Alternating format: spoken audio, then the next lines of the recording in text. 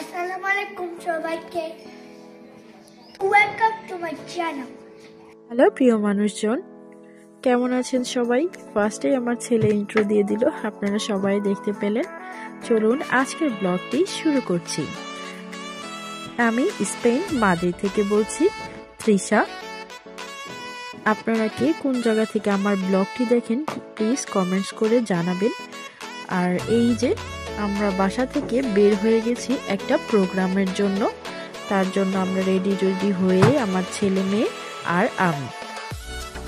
এটা আমার বাসার খুব কাছেই, আর এটা লাভা পিএস, যারা থাকেন মাদ্রিদে অনেকেই শুনে থাকবেন। লাভা পিএস এরিয়াতেই প্রোগ্রামটা হয়েছে, কাসিনো পার্কে। তো ফার্স্টেই আমি একটা সুপার মার্কেটে একটু ঢুকছিলাম আমার বাচ্চাদের কিছু খাবার নেওয়ার জন্য, তার কারণ ওরা বাইরে অনেক সময় থাকবো আমরা, তার জন্য কিছু খাবার বাচ্চাদের জন্য দরকার ছিল। এই যে দেখুন সুপার মার্কেটে ঢুকে গিয়েছি, আমার ছেলে আসছিল, তো আমরা কিছু কেনাকাটা করে নিয়েছি বাচ্চাদের জন্য, কিছু বিস্কিট আর আমার ছোট মেয়ের জন্য ওর লিকুইড খাবার। আর এই যে আমি একটু শুট করে নিচ্ছিলাম, এমনি আমার ছেলে একটু শুট করে দিচ্ছিল। এই এরিয়াটা কম বেশি অনেক বাঙালি চিনে থাকবেন।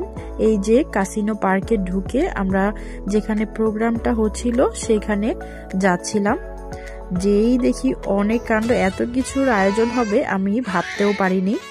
প্রবাসে আমার এই পহেলা বৈশাখের প্রোগ্রামে এই ফার্স্ট টাইম আসা, দেখে এলাম আল্লাহ এত আয়োজন, অনেক বেশি আয়োজন ছিল। আমার তো খুবই পছন্দ হয়েছে যে প্রবাসে এইভাবে বাঙালিরা এভাবে সেলিব্রেশন করেছিল। আর স্পেনে আমার এটা ফার্স্ট কোনো পহেলা বৈশাখে প্রোগ্রামে যাওয়া। এর আগে আমি গিয়েছি, আমার মনে পড়ে না ঠিক, অন্য প্রোগ্রামে গিয়েছি, কিন্তু এরকম না। আর এত সুন্দর আয়োজন ছিল, সবাই খাবার দাবার থেকে শুরু করে ডেকোরেশন সবকিছুই মোটামুটি খুবই ভালো লেগেছে আমার। তো মোটামুটি অনেকেই এসেছিল, খুবই সুন্দর লাগছিল সবাইকে। এই যে দেখুন বাঙালিয়াদের একটা এরকম একটা উৎসব আসলেই খুবই চমৎকার। বিদেশের মাটিতে এইভাবে পয়লা বৈশাখ সেলিব্রেশন করা সবার একসাথে, এটা একটা অন্যরকম আনন্দ। আর খাবার দাবারগুলো তো খুবই মজা ছিল। এই যে খাবারের ভর্তা, ইলিশ মাছ, বেগুন ভাজা, খিচুড়ি, ভাত সবকিছুই মোটামুটি আয়োজন করা হয়েছিল। অনেক ভালো লেগেছে আমার প্রোগ্রামটা। বাচ্চারাও খুবই এনজয় করেছে, কারণ লাস্টে গান হয়েছিল, আমি গানটা শোনাতে পারছি না যদি কপিরাইটের সমস্যা হয়, এর জন্য। এই যে দেখতেই পাচ্ছেন বাচ্চারা কতটা আনন্দ করেছিল।